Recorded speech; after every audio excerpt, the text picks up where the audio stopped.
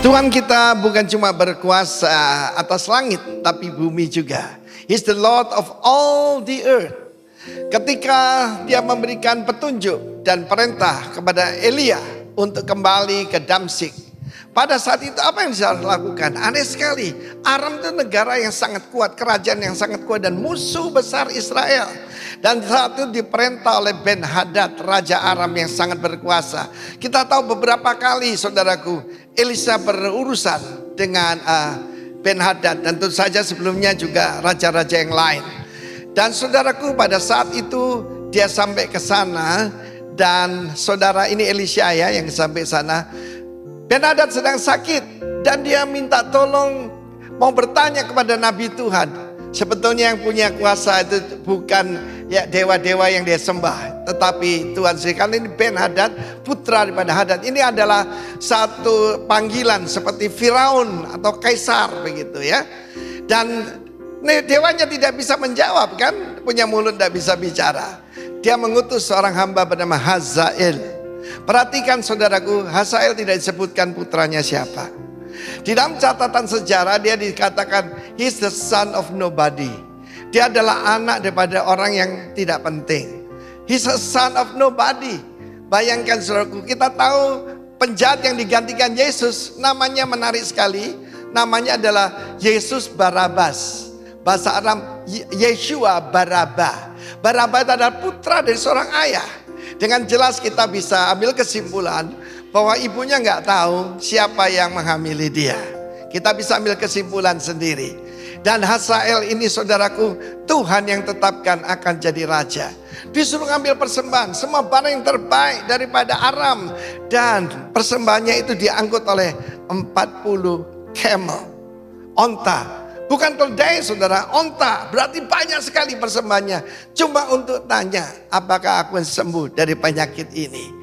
Dan ketika Elisha ketemu dengan Hazael, perintah Tuhan adalah mengurapi Hazael menjadi raja. Dan pada saat itu dia berkata, sampaikan pada Tuanmu, dia akan sembuh, tetapi dia akan mati. Saudara, itu kan paradoks ya, sembuh tapi akan mati. Berarti bisa juga mati tanpa penyakit. Tetapi kemudian dia menatap Hazael lama, kemudian dia menangis saudaraku. Elisha menangis. Dan ditanyakan, apa yang terjadi pada Tuhan? Aku tahu bahwa Tuhan akan jadikan engkau raja. Tetapi engkau akan sangat sadis. Engkau sangat kejam. Engkau akan membakar kota-kota Israel. Akan membunuh teruna-terunanya. Wanita-wanitanya kau perkosa. Dan yang hamil kau belah untuk dia ambil. Bayinya dilemparkan ke bukit batu. Siapakah aku? Aku cuma seekor anjing. Saudaraku, dia sadar karena terlalu lama tidak punya yaitu kebangsawanan saudara. No noble birth ya. Maka saudaraku, Tuhan bisa angkat siapa saja. Dan Hazael pulang dan memberitahu tuannya. Nabi berkata, Tuhanku akan sembuh. Tapi besoknya dia ambil cuma anduk. Dicelup dalam air, tutupkan mukanya. Dan dia game over saudaraku. Dan Hazael menjadi raja. Aneh sekali, seorang pembunuh, seorang nobody bisa jadi raja. Tuhan itu tahu apa yang terjadi di depan sebelum semuanya terjadi. Jadi jangan khawatir soal apapun yang akan terjadi, akan bangkit Hazael. Tapi God is still on the throne. Karena itu pada saat ini kita melihat, kalau orang tidak punya bapak seperti Hazael, dia akan jadi sangat kejam sekali. Karena saudaraku, dia tidak punya contoh bagaimana hidup. Dia tidak menjadi contoh, kan terlalu banyak dihina orang, dia membalasnya pada orang lain. Pastikan saudara punya bapak rohani, bapak jasmani yang baik, dan bapak surgawi. God bless you warga kerajaan. Amin.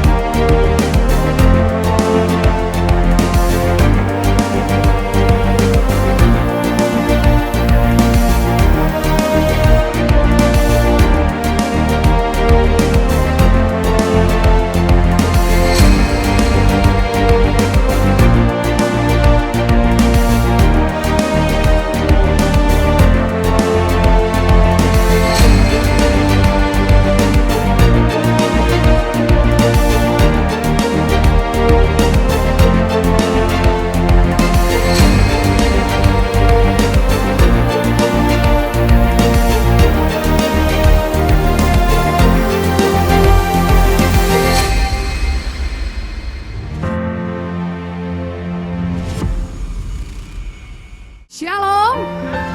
Lebih sukacita lagi, shalom. Haleluya. Boleh beri salam kanan kiri saudara. Katakan selamat hari Minggu. Tuhan Yesus baik buat engkau dan saya. Haleluya. Kau kekuatanku, penopang hidupku, panji keselamatan. Kau buktikan kasih setiamu, benteng hidupku. Tak akan ku takut, sebab ku tahu kau besertaku. Yesus, jaminan hidupku. Haleluya.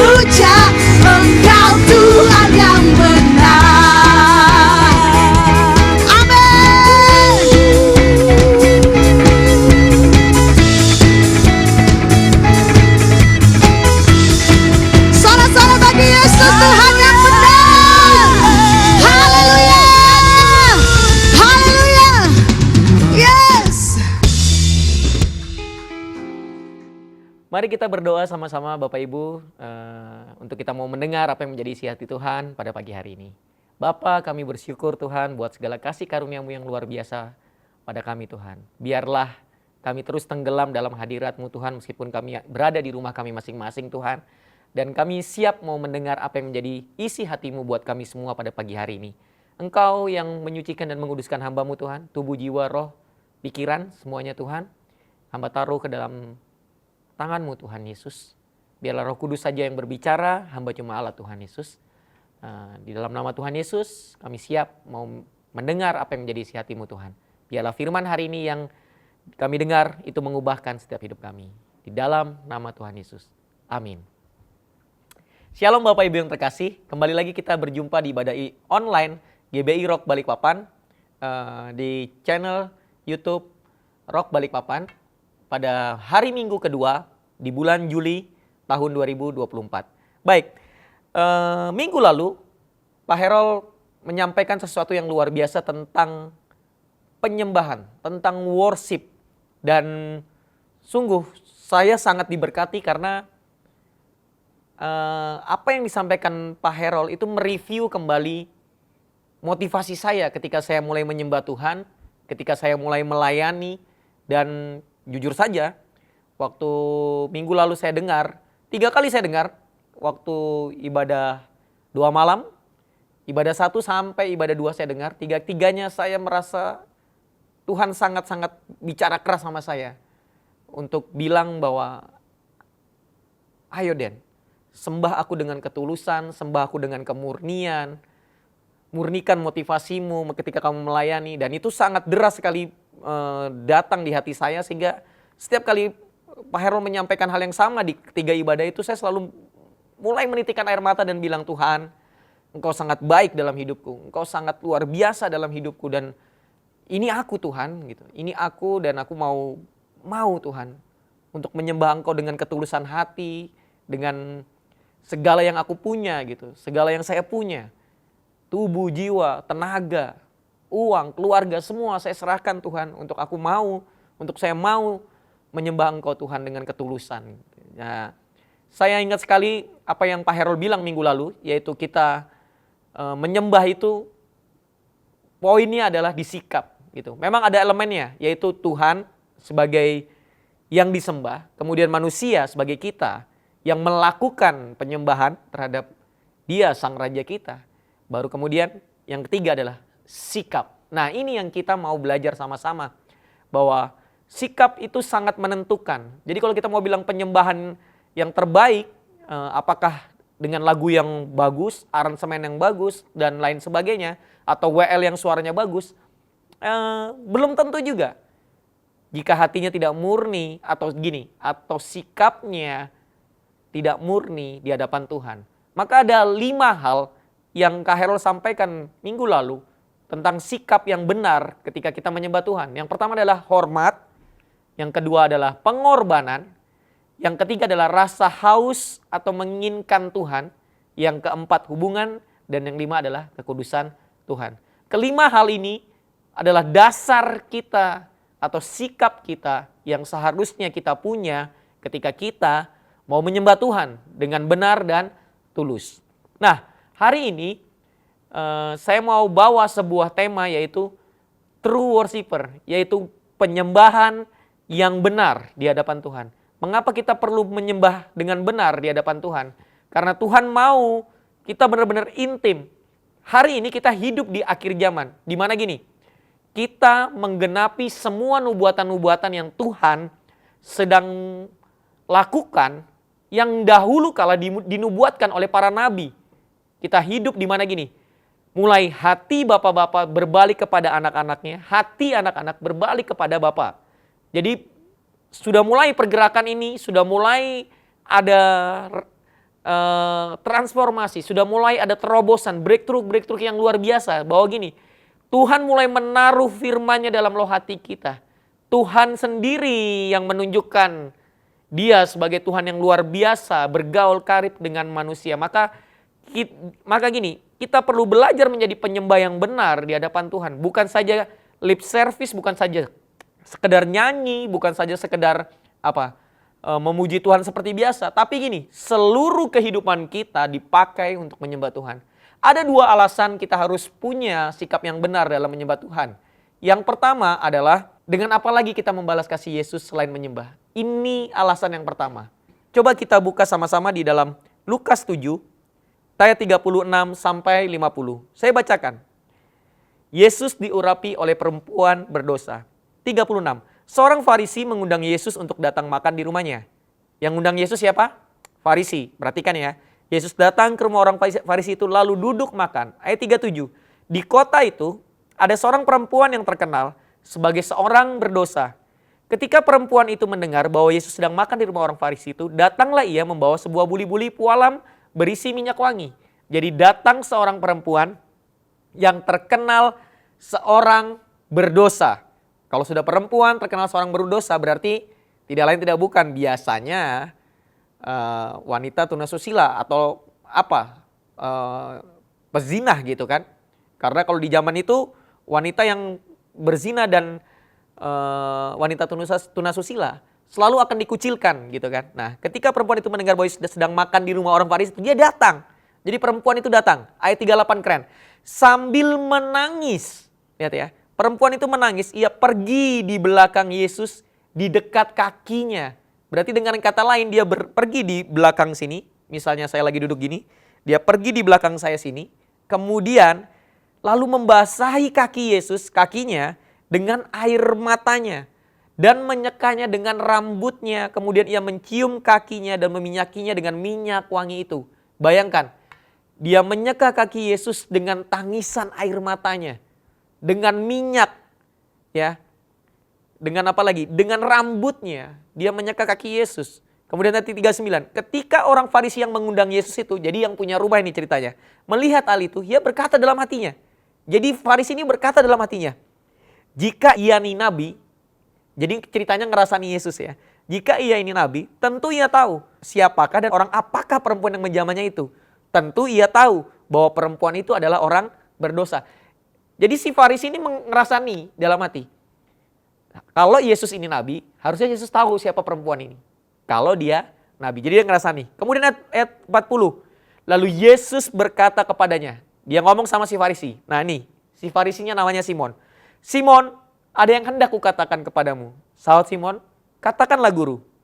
Ya, ayat 41. Ini bagus banget penjelasannya Yesus. Ada dua orang yang berhutang kepada seorang pelepas uang, yang seorang berhutang 5 dinar, yang lain 50.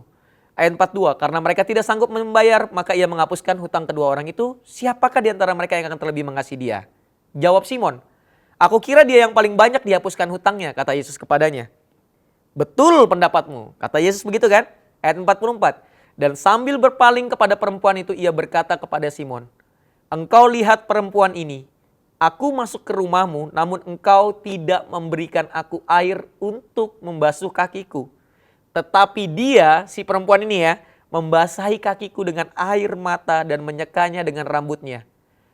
Ayat 45, engkau tidak mencium aku, tetapi sejak aku masuk, ia tiada henti-hentinya mencium kakiku. 46, engkau tidak meminyaki kepalaku dengan minyak, tapi dia meminyakiku dengan minyak wangi. 47, sebab ini keren banget nih. Sebab itu aku berkata kepadamu, dosanya yang banyak telah diampuni. Sebab ia telah banyak berbuat kasih. Tetapi orang yang sedikit diampuni, sedikit juga berbuat kasih. Lalu ia berkata kepada perempuan itu, dosamu telah diampuni. Dan mereka yang duduk makan bersama dia berpikir dalam hati mereka, siapakah Yesus ini sehingga ia dapat mengampuni dosa? Tetapi Yesus berkata kepada perempuan itu, imanmu telah menyelamatkan engkau, pergilah dengan selamat. Nah, cerita ini sangat sederhana, tapi ketahuilah Bapak Ibu, secara tidak langsung ini yang kita alami ketika kita mulai percaya dan mengikuti Yesus. Ketahuilah siapa kita dulu. Kita diambil dari sampah, kita diambil dari orang yang berlumuran dosa, ya, diterima oleh Yesus, dibayarkan hutangnya, bahkan diberikan nyawanya. Yesus memberikan nyawa buat kita. Yesus memberikan yang berharga dalam hidupnya, yaitu nyawanya untuk kita. Supaya apa? Supaya dia tebus dosa kita. Itu kasihnya yang luar biasa bagi kita. Maka alasan pertama supaya kita menjadi penyembah yang benar adalah gini. Membalas kasihnya pun kita tidak sanggup. Selain apa? Selain kita menyembah Dia. Selain kita memberikan hidup kita untuk menyembah Yesus. Dengan apa sekarang? Uang kita. Terbatas uang kita untuk bisa menebus apa yang Yesus lakukan di kayu salib. Maka kalau saya mau bilang, alasan pertama adalah sembah Dia. Karena kita tidak bisa balas kasih Yesus. Lantas yang kedua adalah hanya Yesus yang kita sembah. Lagi ya, yang kedua hanya Yesus yang kita sembah. Ya tadi, karena apa? Kita sudah tidak bisa balas, kita mau sembah siapa lagi? Hanya Yesus yang kita sembah. Kita sudah mengakhiri bacaan kita di Raja-Raja, di mana gini, diceritakan bahwa ada banyak raja-raja Israel setelah Salomo yang hidupnya menjauh dari Tuhan, mengingkari Tuhan, tidak beribadah kepada Tuhan, tidak takut Tuhan, bahkan tidak menyembah Tuhan. Lihat betapa bobroknya ketika seorang raja tidak takut akan Tuhan. Dan kita bisa tahu sendiri, selalu kalah perang, terjadi perpecahan, terjadi saling membunuh, dan hanya segelintir, kalau bisa dibilang hanya hitungan jari raja-raja setelah Salomo yang takut akan Tuhan. Coba kita buka Keluaran 20 ayat 4. Jangan membuat bagimu patung yang menyerupai apapun yang ada di langit, di atas, atau yang ada di bumi di bawah, atau yang di dalam air di bawah bumi. Ayat 5. Jangan sujud menyembah kepadanya atau beribadah kepadanya, sebab aku Tuhan Allahmu adalah Allah yang cemburu. Ya, perhatikan ini. Yang membalaskan kesalahan bapa kepada anak-anaknya, kepada keturunan yang ketiga dan keempat dari orang-orang yang membenci aku. Lihat, ganjaran orang yang tidak takut Tuhan dan tidak menyembah Tuhan, Tuhan akan membalaskannya kepada keturunan berikutnya. Baik keturunan yang ketiga maupun keturunan yang keempat. Ya.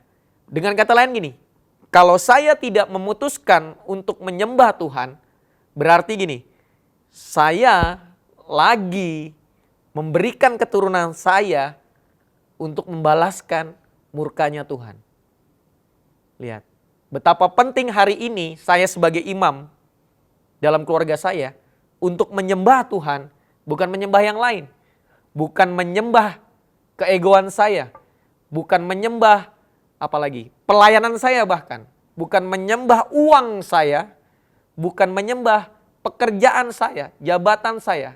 Atau ini, bukan menyembah reputasi saya. Enggak. Yang saya sembah harus Yesus Kristus. Jadi kalau kita mau hidup kita menjadi penyembah yang benar, sembahlah Yesus. Ingat, ada dua alasan tadi. Yang pertama adalah bahwa dengan apa lagi kita balas kasihnya Tuhan? Kalau tidak dengan kita menyembah Yesus. Yang kedua, karena Yesus sendiri memang layak kita sembah. Yesus sendiri yang harusnya kita sembah. Oke, sekarang saya masuk ke sini. Lantas bagaimana kita jadi penyembah yang benar? Kalau kita mau jadi penyembah yang benar, baca ayat ini. Yohanes 4 ayat 23. Tetapi saatnya akan datang dan sudah tiba sekarang bahwa penyembah-penyembah benar akan menyembah Bapa dalam roh dan kebenaran. Sebab Bapa menghendaki penyembah-penyembah demikian. Ya. Kalau kita ngomong ayat ini, kalau kita mau jadi penyembah yang benar, lihat ya. Saat ini yang Tuhan butuhkan adalah penyembah yang benar yang menyembah Bapa dalam, lihat, roh dan kebenaran. Nah, kalau kita ngomong soal roh dan kebenaran, roh itu bicara tentang hubungan kita dengan Yesus. Kenapa kita harus menyembah Dia dengan roh? Lihat, Allah itu roh. Dan barang siapa menyembah Dia, harus menyembahnya dalam roh dan kebenaran. Clear.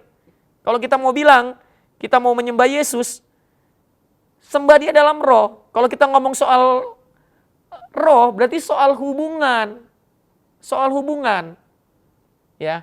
Kalau soal hubungan, berarti kita mesti kenal siapa Yesus. Bukan sekedar tahu. Ya. Kita harus kenal siapa Yesus. Mengenal Tuhan, mengenal Yesus itu jauh lebih penting daripada sekedar tahu tentang Tuhan. Tahu tentang Tuhan itu tidak cukup, tapi kita harus mengalami Tuhan. Kita harus mengalami Yesus dalam hidup ini. Kalau kita bilang kita mau menyembah Dia dengan roh, kita harus mengalami Yesus dalam hidup ini. Susah buat daging kita yang akan binasa ini, tubuh jiwa roh kita, tubuh kita ini, ya, kita pakai untuk menyembah Tuhan, akan susah. Bukankah kita pernah dengar firman bilang, roh memang penurut, tapi daging lemah. Kalau rohnya kuat, dagingnya akan ikut untuk nurut menyembah Tuhan. Maka begini, kalau kita menyembah Tuhan, kita memuji Tuhan dengan roh kita, otomatis kita nggak pusing lagi soal ekspresi. Kita nggak pusing lagi harus berdiri, harus angkat tangan, harus bernyanyi, apakah suara saya jelek. Kita nggak pusing lagi dengan keadaan, lampu, lighting, dan lain sebagainya. Kita nggak pusing.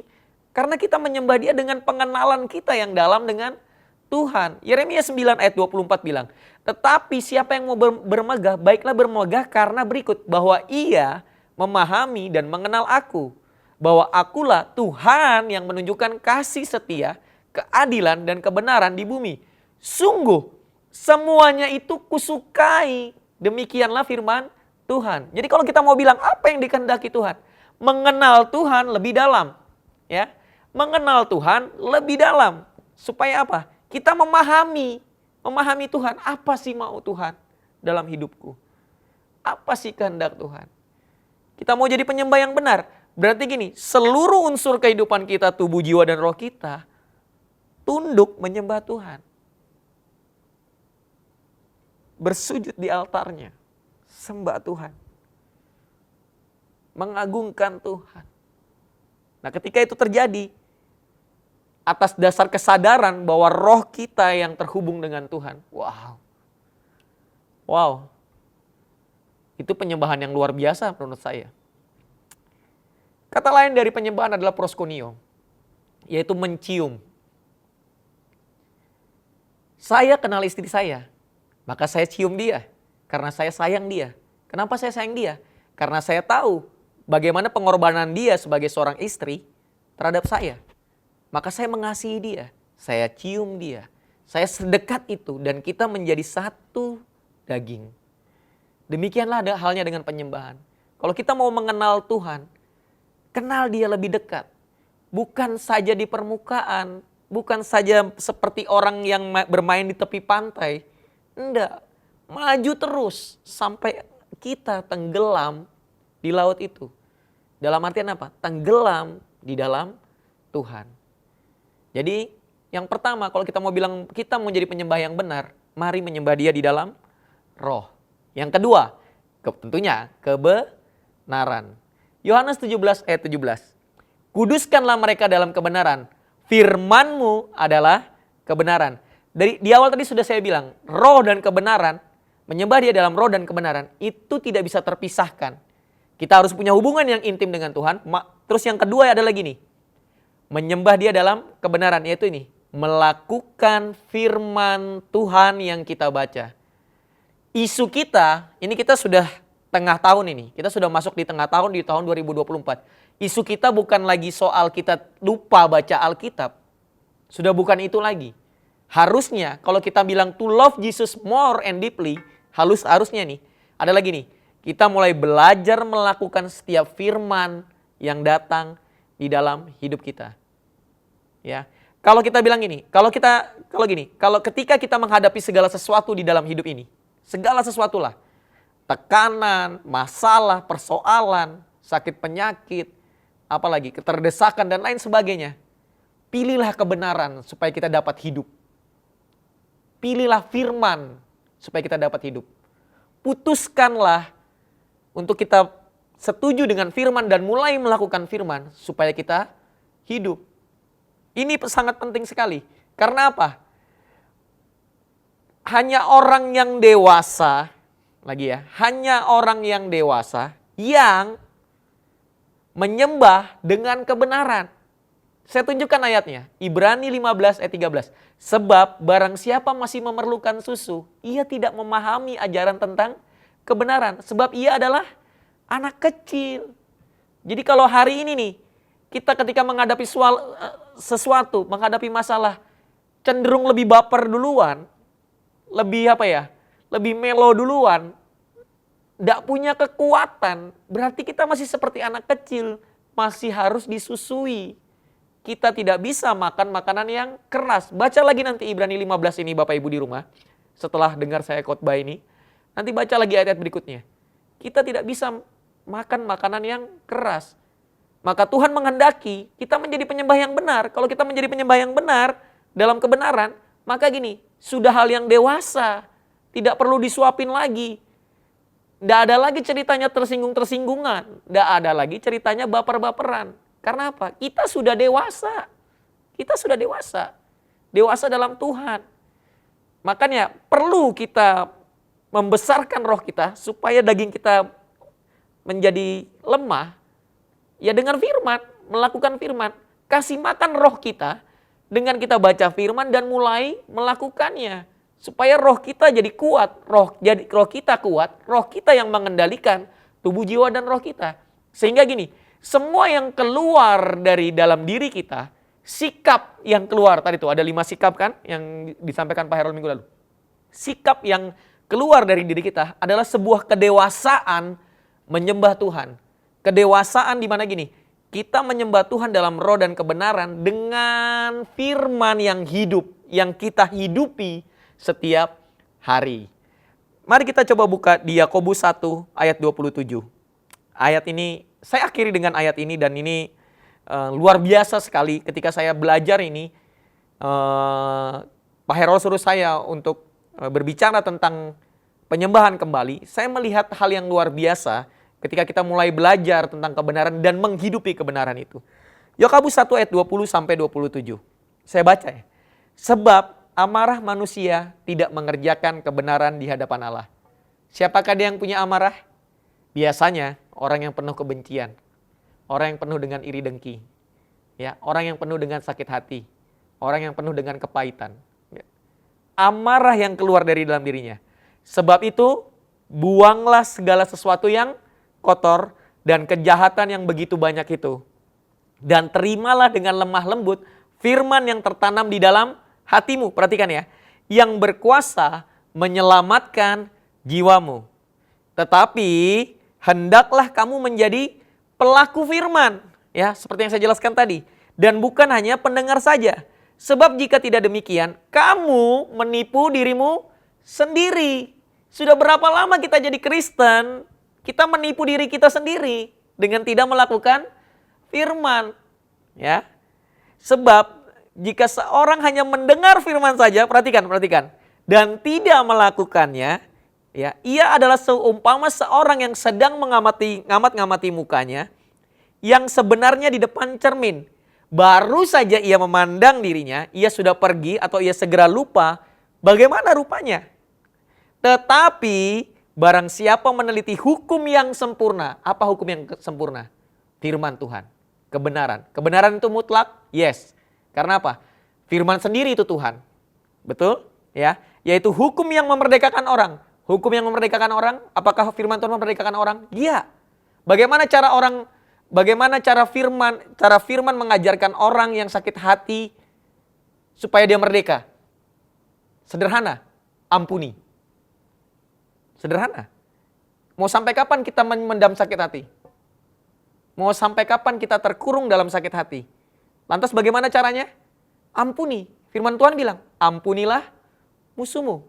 Ya. Bahkan disuruh apa? Ucapkan berkat terhadap musuhmu. Wow. Itu firman. Memerdekakan kita dari belenggu sakit hati. Iya. Itu maksudnya. Ya. Tetapi barang siapa meneliti hukum yang sempurna, yaitu hukum yang memberikan orang, dan ia bertekun di dalamnya. Jadi bukan hanya mendengar, aduh bagus banget ini ayat. Jadi bukan hanya mendengar untuk melupakannya, tetapi sungguh-sungguh melakukannya. Ia akan berbahagia oleh perbuatannya. Wow, keren. Jikalau ada seorang yang menganggap dirinya beribadah tapi tidak mengekang lidahnya, ia menipu dirinya sendiri. Maka sia-sialah ibadahnya. Ya, hari Minggu datang ke gereja penuh dengan semangat, pulang gereja bilang, saya beriman, saya percaya besok pasti berhasil dan beruntung, saya percaya besok akan terjadi hal yang luar biasa. Tapi begitu melihat keadaan besok, menjadi letih, lesu, dan berbeban berat.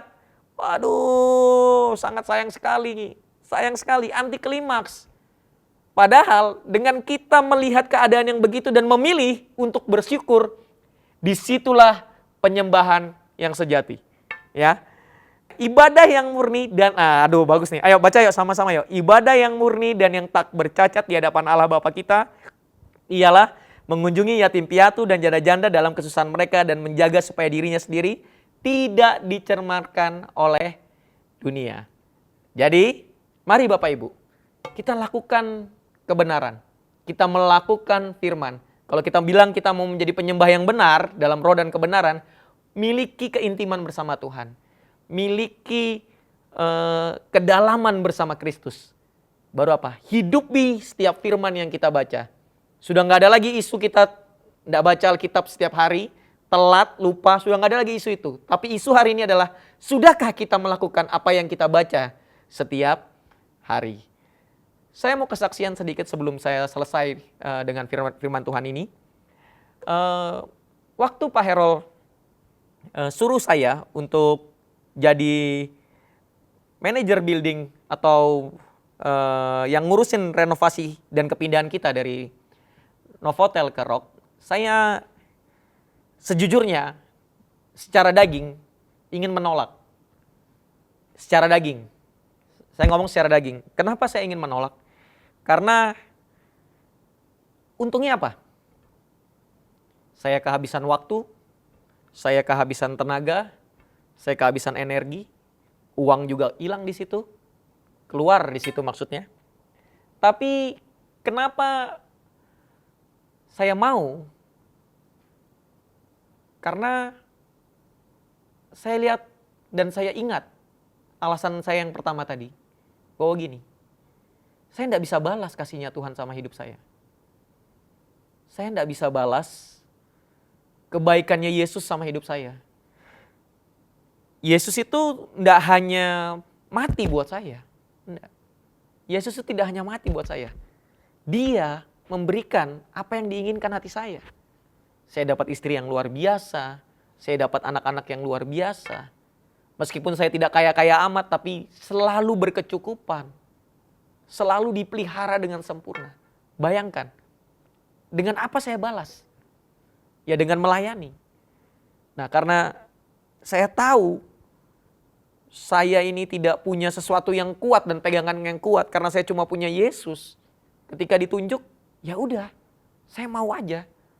Karena saya tahu hidup saya untuk Yesus, untuk melayani Yesus. Dia sudah terlalu baik buat saya. Lantas, Pak, kalau sudah ngurus-ngurus begitu tuh kan mental diserang, ya kan, energi habis, belum drama-dramanya, belum konflik-konfliknya. Iya. Dan itu nyerang banget.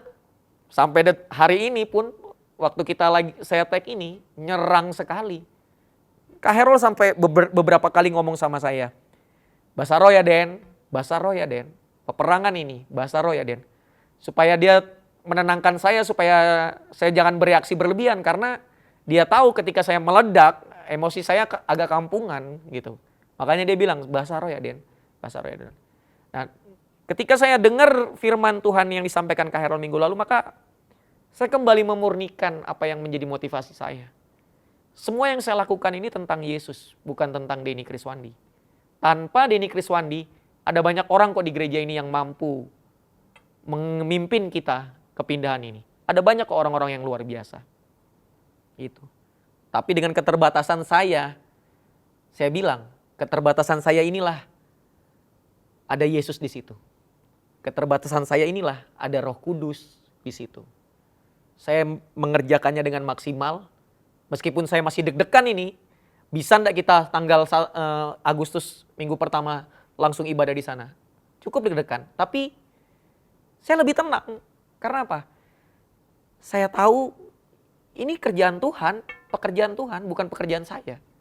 Waktu saya cerita sama sahabat saya ketika kita akan pindah dari Novotel ke Balkoni, dia ngomong begini, sahabat saya yang suka baca Alkitab setiap hari, dia ngomong begini, Bro, apa yang kamu lakukan itu seperti memindahkan tabut Allah dari rumah Obed Edom loh. Ingat loh, dulu Kak Herol pernah cerita, setiap 6 langkah ada korban dipotong. Ada domba yang disembelih. Kira-kira korban apa nih kamu bro? Saya bilang, ini baru 2 mingguan atau hampir sebulan dengan mencari semua tempat. Sudah banyak perasaan saya, kesabaran saya dikorbankan semua. Ya puji Tuhan hari ini masih bisa. Puji Tuhan hari ini masih bisa bertahan. Karena apa? Saya tahu saya melakukannya untuk Tuhan. Biarlah apa yang saya lakukan ini menjadi penyembahan yang tulus buat Yesusku. Penyembahan yang tulus buat Rajaku. Karena aku gak bisa balas. Karena saya gak bisa balas apapun yang sudah Tuhan berikan dalam hidup saya. Jadi mari Bapak Ibu, kalau kita mau menyembah Tuhan hari-hari ini, sembah Dia dengan roh dan kebenaran. Sembah Dia dengan keintiman bersama Yesus. Sembah Dia dengan melakukan firman yang kita baca setiap hari. Apa yang saya lakukan kebenaran ketika saya menghadapi situasi dan segala kondisi? Sabar, tenang, itu aja yang saya belajar. Beberapa teman sudah tahu kalau saya lagi emosi, enggak ada sabarnya itu, enggak ada tenangnya. Dan saya orangnya panikan juga gitu. Tapi saya berusaha sabar, berusaha tenang, berusaha menghidupinya. Dengan gini, ngelihat Yesus aja. Kalau kita mau bilang teladan yang terbaik, Yesus. Teladan melayani, Yesus. Kalau Yesus saja sudah melayani, kenapa kita tidak melayani? Kalau Yesus saja melayani kita dengan nyawanya dan mati di kayu salib, kenapa kita tidak melayani Yesus dengan kehidupan kita setiap hari? Selamat menjadi penyembah yang benar dalam roh dan kebenaran. Tuhan Yesus memberkati. Mari Bapak Ibu yang terkasih, kita siapkan perjamuan kita pada pagi hari ini. Para imam boleh melayani setiap keluarganya pada pagi hari ini. Kita berdoa sama-sama. Bapa, terima kasih buat firman-Mu pada pagi hari ini. Biarlah firman kami yang kami dengar pada pagi hari ini memerdekakan kami Tuhan. Bahwa kami didapati menjadi penyembah-penyembah yang benar, yang menyembah Engkau dalam roh, keintiman, dan juga kebenaran, yaitu melakukan firman setiap hari Tuhan Yesus. Meteraikan firman-Mu Tuhan. Bapa, sebentar kami mau perjamuan Tuhan, manunggal bersama dengan Engkau. Engkau sucikan dan kuduskan roti dan anggur yang ada di tangan kami Tuhan Yesus. Urapi dan berkati para imam yang melayani Tuhan. Di dalam nama Tuhan Yesus. Mari para imam, Anda boleh membagikan roti dan juga anggur kepada anak dan istri Anda. Yang sendiri, mari siapkan roti sama-sama. Kita angkat roti di atas kepala kita. Dan dengarkan firman Tuhan. Sebab apa yang telah kuteruskan kepadamu telah aku terima dari Tuhan, yaitu bahwa Tuhan Yesus pada malam waktu ia diserahkan, mengambil roti dan sesudah itu ia mengucap syukur atasnya. Ia memecah-mecahkannya dan berkata, inilah tubuhku yang diserahkan bagi kamu, perbuatlah ini menjadi peringatan akan aku. Jemaat Tuhan, apakah engkau percaya bahwa roti yang kita angkat ini adalah tubuh Kristus yang dipecahkan bagi kita semua? Amin. Mari kita makan sama-sama di dalam nama Tuhan Yesus.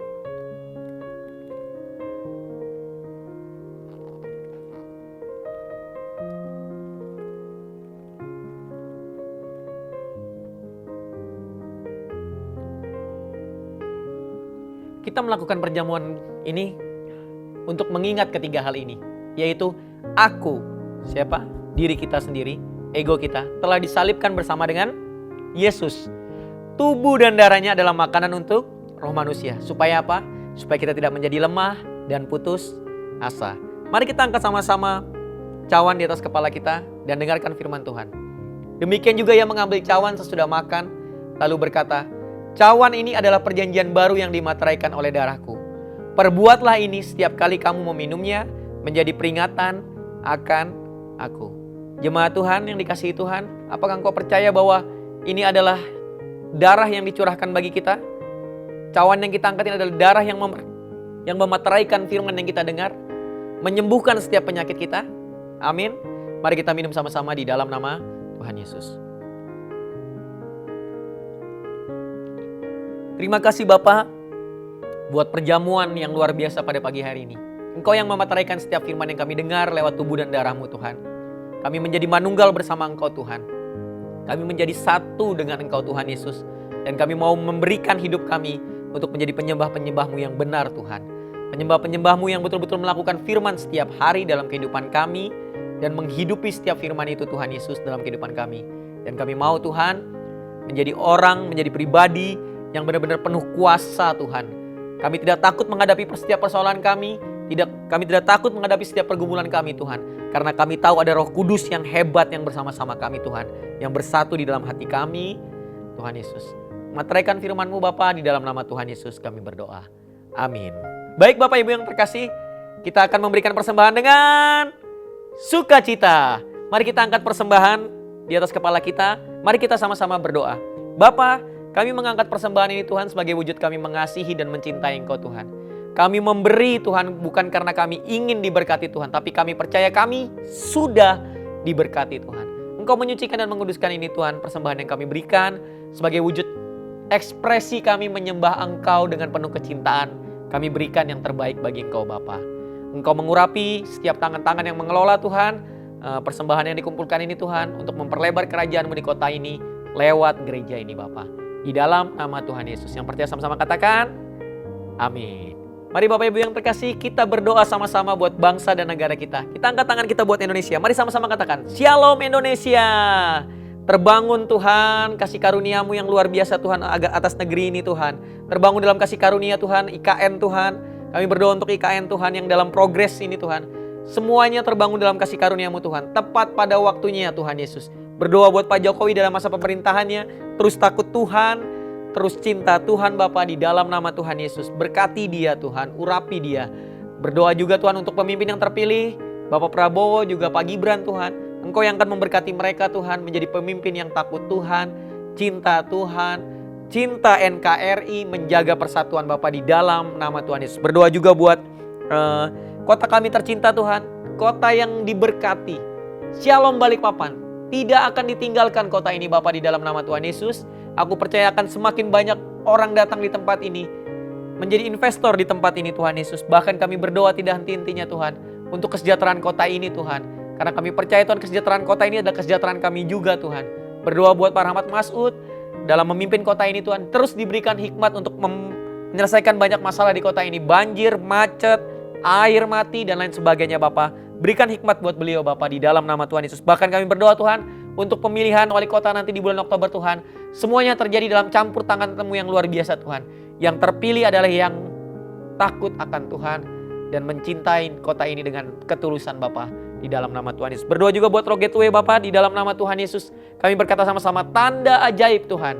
Hari ini kami mungkin lihat gambar Tuhan, tapi kami percaya Tuhan progresnya terus terjadi Bapak. Kalau kami ini hari ini mulai bore pile lagi di line H Tuhan, kami percaya Tuhan semuanya Tuhan terpenuhi. Biaya, cuaca yang terbaik Tuhan Yesus. Bahkan pengeborannya juga terjadi dengan baik Bapak. Semuanya terjadi Tuhan. Di dalam nama Tuhan Yesus. Engkau memberkati Tuhan tangan-tangan yang bekerja, panitia yang bekerja Tuhan di dalam nama Tuhan Yesus. Kami berdoa juga Tuhan buat kepindahan kami Tuhan dari Novotel ke Balkoni Tuhan. Berjalan sesuai dengan kehendak-Mu Bapa. Engkau yang mencukupkan kebutuhan dananya. Engkau yang memberikan hikmat Tuhan bagi kami semua Tuhan. Bagaimana kami mengelola tempat yang baru. Engkau yang memberikan hikmat juga bagi kami semua untuk kepindahan ini Tuhan. Berjalan dengan lancar, tidak ada masalah, tidak ada barang rusak, tidak ada yang ketinggalan satupun Tuhan. Bapa di dalam nama Tuhan Yesus urapi semua yang bekerja, urapi semua yang memberikan hati Tuhan dalam kepindahan kami dari Novotel ke Balkoni Bapa di dalam nama Tuhan Yesus. Baik Bapak Ibu yang terkasih, kita akan menyelesaikan ibadah kita pada pagi hari ini. Kita akan menerima berkat Tuhan. Mari para imam, engkau boleh menumpang tanganin anak istrimu di rumah masing-masing. Yang sendirian, angkat tangan, terima berkat dari saya. Aminkan dengan antusias jika Bapak Ibu percaya bahwa ini adalah firman yang datang buat Bapak Ibu semua. Adalah kehendak Tuhan, Bapak Ibu semakin naik dan tidak akan turun.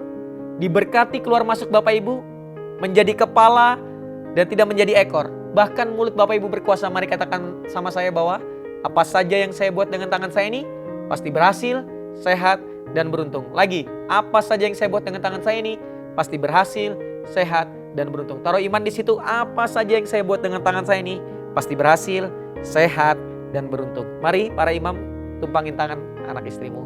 Terima berkat Tuhan. Tuhan memberkati dan melindungi Bapak Ibu semua. Tuhan menyinari wajahnya kepada Bapak Ibu semua, memberikan kasih karunia. Menghadapkan wajahnya kepada Bapak Ibu semua, memberikan shalom, damai dan sejahtera. Sehingga Bapak Ibu semua berlimpah-limpah pengharapan dari sekarang dan sampai selama-lamanya. Yang percaya sama-sama katakan, amin. Selamat hari Minggu, Tuhan Yesus memberkati.